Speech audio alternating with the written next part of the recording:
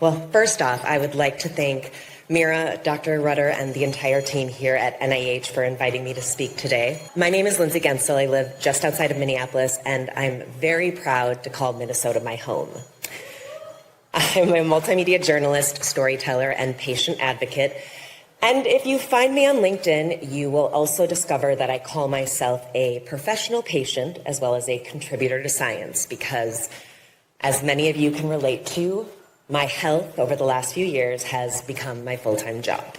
I'm going to be honest, I've really struggled with writing this speech, and the reason that it's on my computer is because I actually finished writing it like a couple minutes ago. So please know that I am very honored to be up here. I take this as a huge responsibility, both for my rare disease community and for the rare disease community as a whole.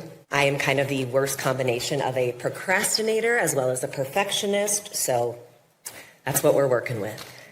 Full disclosure, I was invited to speak at Rare Disease Day last year, and as you likely know, it didn't happen. And even more unfortunate for me, my speech, which I was very proud of, did not age well. In March of 2023, I was diagnosed with dermatomyositis associated with Antisynthetase Syndrome, which is a mouthful. It's a mouthful because it's actually two diagnoses. I like to make the joke that I am just that special. I really lived the healthy one day, sick the next, as you can see from these photos. I was on a hike in Arizona with my partner, John. I got some cactus vines stuck to the back of my leg, pulled them out and didn't think anything of it. Hindsight being the gift it is for the rare disease and chronically ill community, I now know that I was showing symptoms long before that hike. They were just symptoms that were unrecognizable to me. But that picture there, that January 12th, oh, that sweet, naive girl woke up looking like that and thought it was just allergies. I've come to think of Antisynthetase Syndrome as an umbrella diagnosis. So if you think of antisynthetase as kind of the overarching, it is a syndrome made up of a bunch of different diagnoses that often find themselves showing up together. And I think I accidentally paused my video. Oh, we're not going to get it.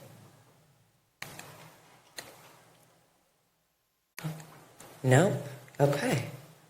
Well, there were videos. So I'll just demonstrate for you what I was going to show you on the screen. If you think of antisynthetase syndrome as a hand, every patient who's diagnosed with it, their fingers are going to look a little bit different, right? So there's all of these different diagnoses that show up. My hand looks like this: dermatomyositis, interstitial lung disease, mechanic's hands, Raynaud's phenomenon, and arthritis. Now, keep in mind, I went from being what I would have considered a pretty healthy person to having all of that seemingly overnight. For me, the dermatomyositis portion of my diagnosis has been the most challenging. And if there were videos we're going to play, I would show you that what essentially started to happen was my body stopped functioning. Dermatomyositis is a neuromuscular autoimmune disease where your autoimmune system attacks your muscles. And they essentially break down into your bloodstream. It causes a ton of problems for your organ and your liver. And the unfortunate reality is that a lot of that damage can't be reversed. So it started for me of not being able to raise my arm above my head. It got more aggressive to the point where I couldn't lift up my leg to get in the car. Then I couldn't dress myself. Then I couldn't get myself in and out of bed. I couldn't put my arms up to put my hair when I had it in a ponytail. I couldn't hold my toothbrush to brush my teeth. It got so bad at one point, my partner, John, we've been together for, over 11 years now. He had to quit his job to stay home with me because if I fell on the ground, I would not be able to get back up. A great point to remind everybody, and you all know this, I'm speaking to the wrong crowd when I say that a rare disease affecting one person doesn't stay there, right? The ripple effects of how rare disease affects so many people in your lives is truly phenomenal. I wanted a more dramatic lead up to this, but again, that whole procrastinating on the speech thing. On April 21st, I had a CAR T-cell transplant as part of a phase 1 clinical trial looking at using the treatment to treat autoimmune diseases like idiopathic inflammatory myopathies, scleroderma, and lupus. My symptoms have been in remission since November.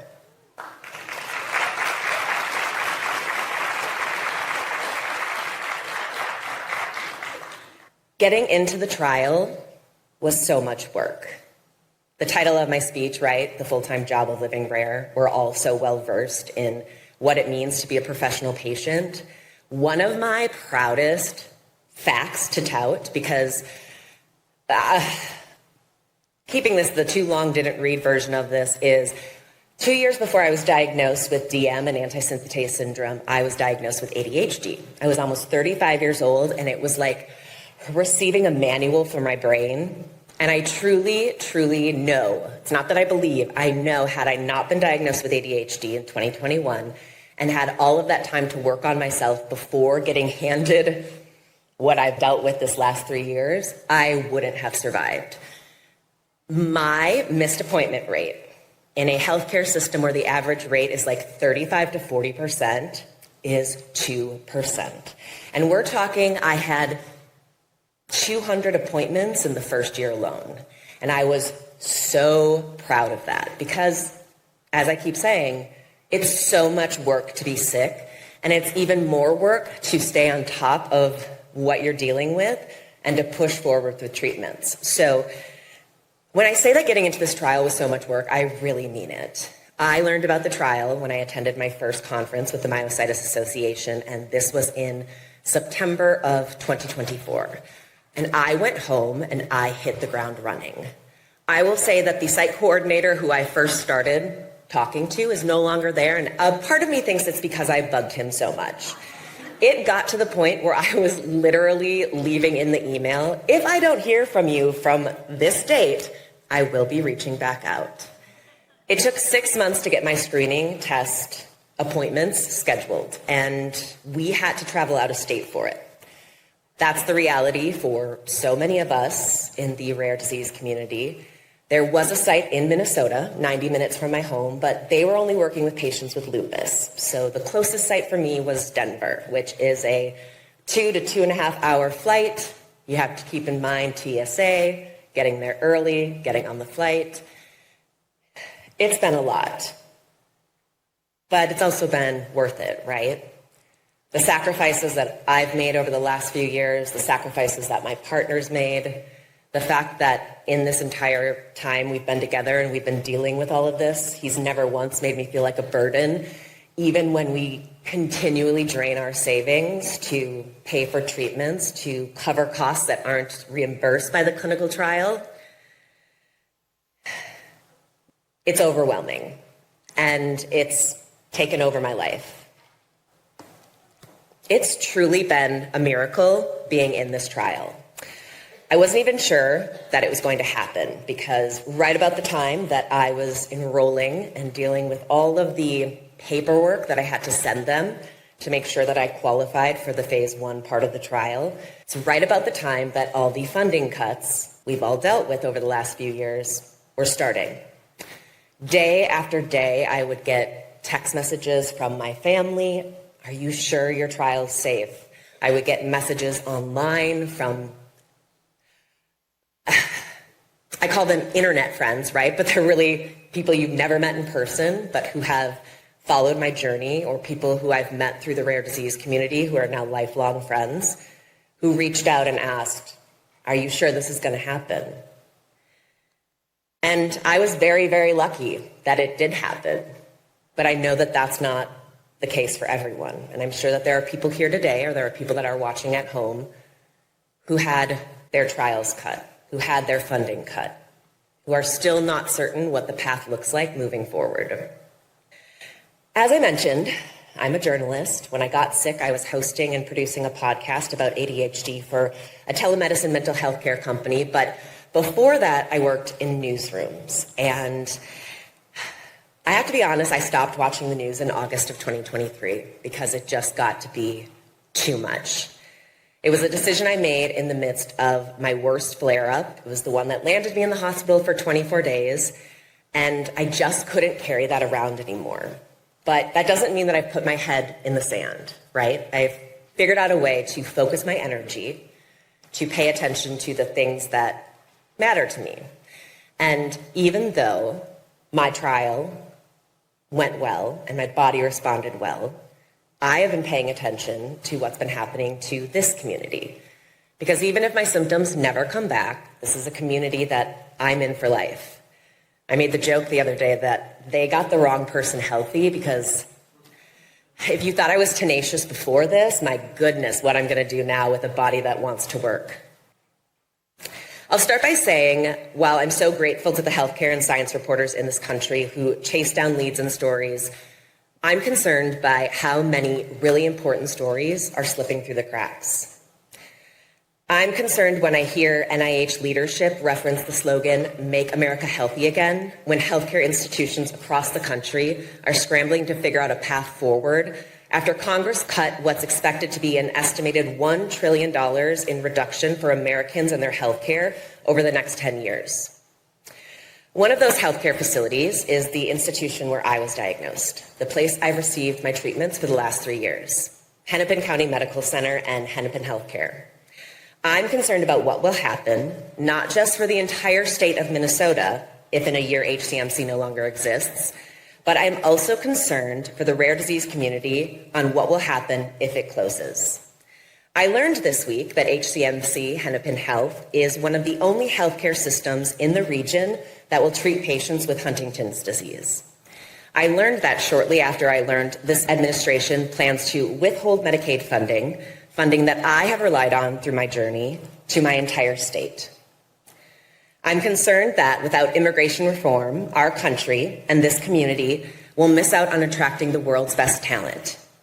I'm concerned that the $100,000 fee plus the added stipulations for the H-1B visas will only make it harder for our healthcare systems, our universities, and our research organizations to attract top talent. And as a resident of a state that has a nearly 80% rural population, and I'd like to note I grew up in a rural community, I'm concerned how the current immigration policies will affect those communities where an estimated 20% of providers are foreign trained.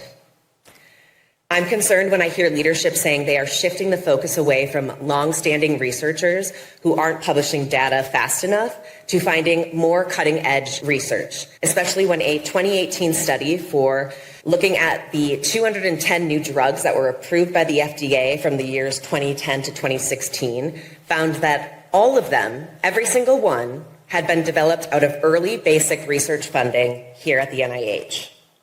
I'm concerned when I read interviews with established and respected voices in the science community who are so concerned with what has happened to our country's international reputation as it relates to science that they see irreparable damage. I'm concerned when I speak to rare moms, some of you might be in this room, who see their state's members of the Rare Disease Congressional Caucus actively vote against the best interest of our community. And while, yes, I am concerned that there are states that do not have representatives on that caucus, what I'm more concerned about is that we are not holding those legislators accountable.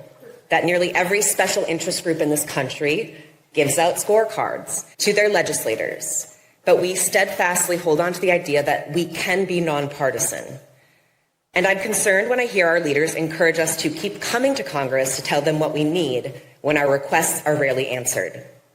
I'm concerned that Congress is currently vetting a medical school dropout to become our country's next Surgeon General, a position that's key responsibilities include, and I have to fully acknowledge, I had to Google this, communicating health information to this country's citizens, leading public health efforts, and protecting our nation's health. And I'm concerned that we aren't concerned enough, that we've become so used to the circus that we don't even bat an eyelash anymore. And finally, I'm concerned by the growing empathy gap in this country, that we live in a country where it seems like the majority of people don't care about something until it affects them, something I'm sure everyone in this room has dealt with in real time. It's been one of the most alarming observations I've had since I joined this community, and I'll also fully own the fact that before I was diagnosed with a rare disease, I really didn't think about it.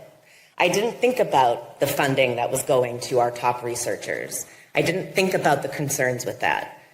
And I'm guilty of it too. The one thing I think we lose sight of, that our neighbors and our friends and our coworkers who want to ignore what's happening or want to pretend that it doesn't affect them, what's happening to science in this country is going to affect all of us at some point. What they don't understand is, by the time this disruption affects them, it will be too late. I started my speech by talking about how much work it is to be a patient with a rare disease, and I'd like to end with this.